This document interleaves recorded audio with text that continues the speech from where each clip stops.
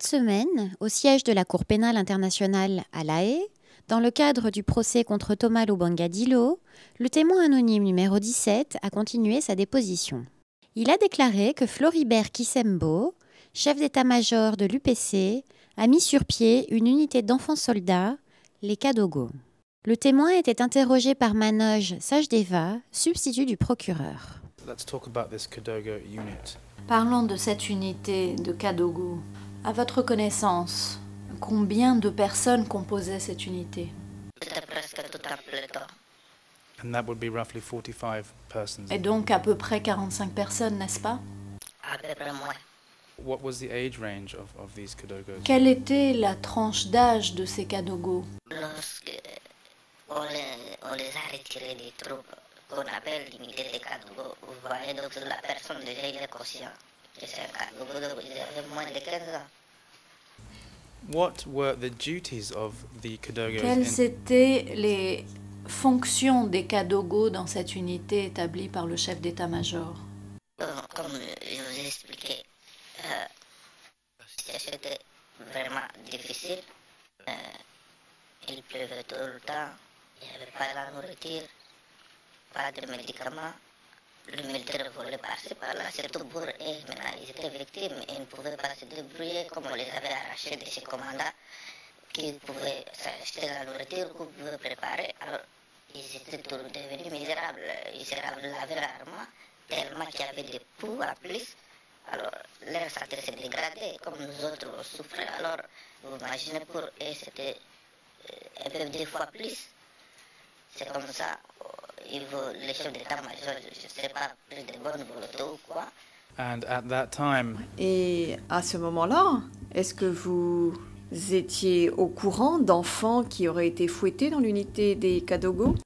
Je me rappelle une fois, j'ai assisté à une scène pareille. Parce que ce qu'il faut reconnaître à ma vie, tellement, je veux dire, la situation n'était pas bonne. C'était facile à déprimer, disons. Il y avait beaucoup de choses qui me passaient par-dessus. Alors, il était fréquent, vous voyez, les militaires se droguaient, par exemple, parce que la chanvre, c'était partout. À ma midi, presque. Alors, c'était facilement. Et comme ça, j'ai assisté une fois, je ne sais pas qu'est-ce qui s'est passé, mais à se voir l'explication, le jeune soldat que j'avais fumé, et qu'il est devenu insolent, il avait manqué de respect, il a menacé même de tirer sur une personne. C'est comme ça qu'il s'est fait arrêter. Selon les explications, parce que je n'ai pas assisté à la scène, comment ça s'est produit, mais je l'ai vu mis au sol et être fouetté comme ça.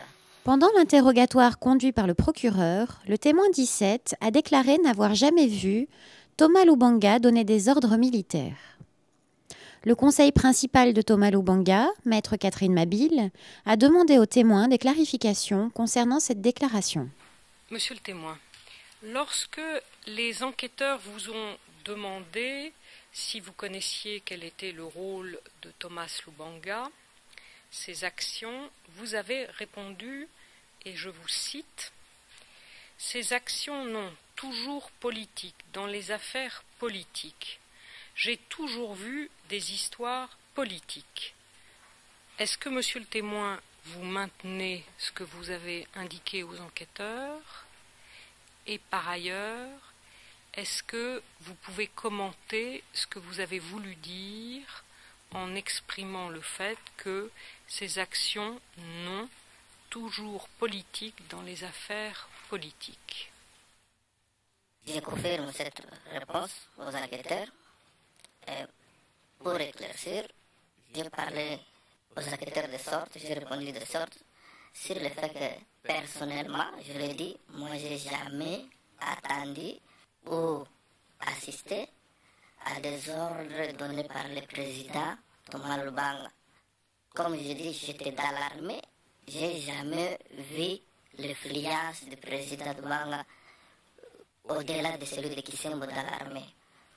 À Senghor, étant présent aux côtés de Kisembo, à Mamedi, nous étions ensemble, et il faisait même parler de ça.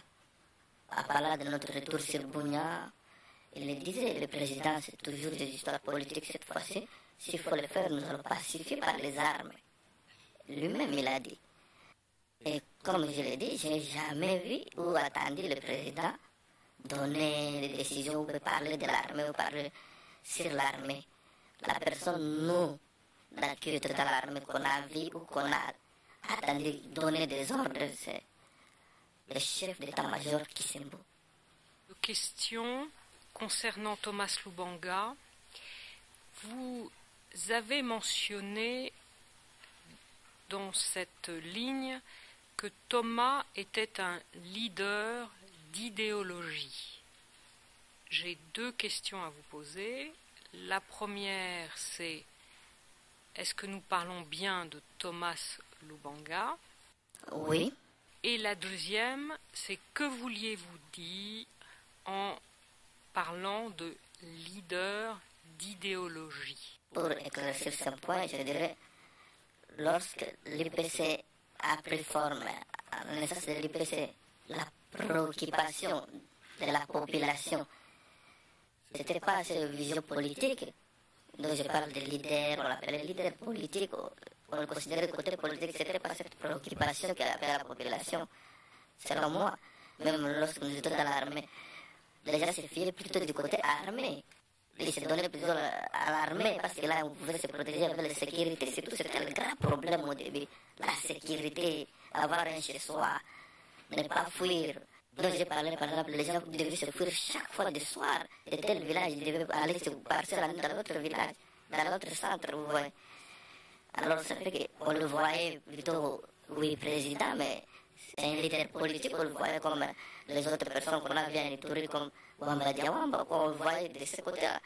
Il n'avait pas cette influence militaire que l'armée avait. Au cours de l'interrogatoire du second témoin cette semaine, le témoin anonyme numéro 02, le procureur a montré des vidéos et a demandé aux témoins d'identifier les personnes visibles à l'écran, des hauts représentants et officiers de l'UPC et de la commission de pacification de l'Ituri.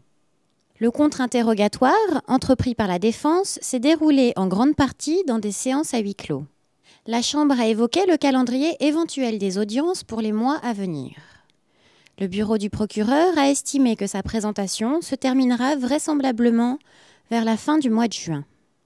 La défense a demandé à la Chambre un délai de 3 mois après la fin de la présentation de la thèse du bureau du procureur afin de pouvoir préparer sa propre thèse. La Chambre a indiqué que, dans le cas où la défense souhaite commencer sa présentation après début septembre, une requête écrite doit être soumise au juge, justifiant les raisons d'une telle demande. Un témoin expert, cité par la Cour, sera le dernier à être entendu avant les vacances judiciaires du mois d'avril.